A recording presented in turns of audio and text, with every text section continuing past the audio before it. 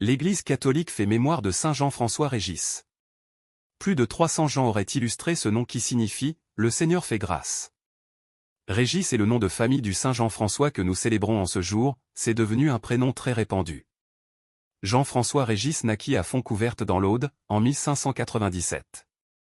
Il sera l'apôtre du Vivarais et son tombeau, à la Louvesque, n'a pas cessé d'être un vivant centre de pèlerinage. Il était entré dans la compagnie de Jésus et rêvait d'être missionnaire en Nouvelle-France, mais ses supérieurs lui répondirent « Votre Canada, ce sera le Vivarais ». À partir de 1536, dans cette région déshéritée, il met son caractère impétueux au service de la parole de Dieu et des pauvres. La base de sa mission sera le Puy-en-Velay où ses catéchismes attirent les foules. Le jésuite missionnaire, par sa charité sans limite, réalise un bien immense, en pratiquant comme on aime à dire aujourd'hui l'option préférentielle pour les exclus, les ignorants, les malades et les prisonniers. C'est dans une prière incessante que Jean-François puise l'énergie spirituelle nécessaire à cet apostolat épuisant et semé d'épreuves. Il avait aussi organisé dans la ville du Puy un refuge pour les filles repenties, ce qui lui valut maintes calomnies de la part des âmes bien pensantes. Saint Jean-François Régis meurt, âgé seulement de 43 ans, à la suite d'une pneumonie contractée dans une tempête de neige. C'était le 31 décembre 1640, vers minuit, au hameau de la Louvesque, à 1100 mètres d'altitude, dans l'Ardèche. Son tombeau y est toujours vénéré. Il avait fait sienne la vie rude et frugale des gens des montagnes du Velay, du Forez et du Vivarais. Le pape Pie XII a dit à son sujet, « S'il est un saint qu'on peut invoquer comme patron des missions rurales en terre de France, c'est bien lui. » L'étymologie de Régis, du latin rex roi également, de regere, gouverner.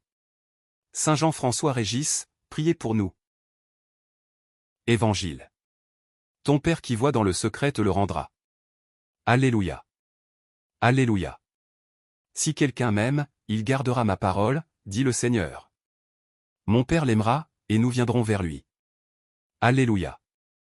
Évangile de Jésus-Christ selon saint Matthieu. En ce temps-là, Jésus disait à ses disciples, « Ce que vous faites pour devenir des justes, évitez de l'accomplir devant les hommes, pour vous faire remarquer. Sinon, il n'y a pas de récompense pour vous auprès de votre Père qui est aux cieux. Ainsi, quand tu fais l'aumône, ne fais pas sonner la trompette devant toi, comme les hypocrites qui se donnent en spectacle, dans les synagogues et dans les rues, pour obtenir la gloire qui vient des hommes. Amen, je vous le déclare, ceux-là ont reçu leur récompense. Mais toi, quand tu fais l'aumône, que ta main gauche ignore ce que fait ta main droite, afin que ton aumône reste dans le secret. Ton Père qui voit dans le secret te le rendra. Et quand vous priez, ne soyez pas comme les hypocrites.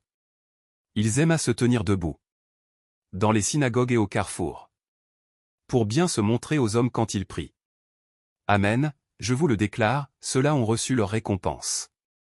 Mais toi, quand tu pries, retire-toi dans ta pièce la plus retirée. Ferme la porte. Et prie ton Père qui est présent dans le secret.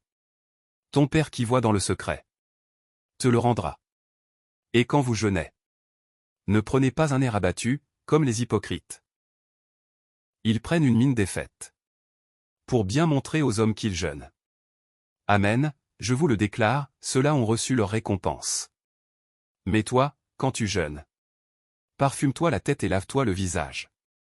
Ainsi, ton jeûne ne sera pas connu des hommes, mais seulement de ton Père qui est présent au plus secret. Ton Père qui voit au plus secret te le rendra. Acclamons la parole de Dieu. Louange à toi Seigneur Jésus.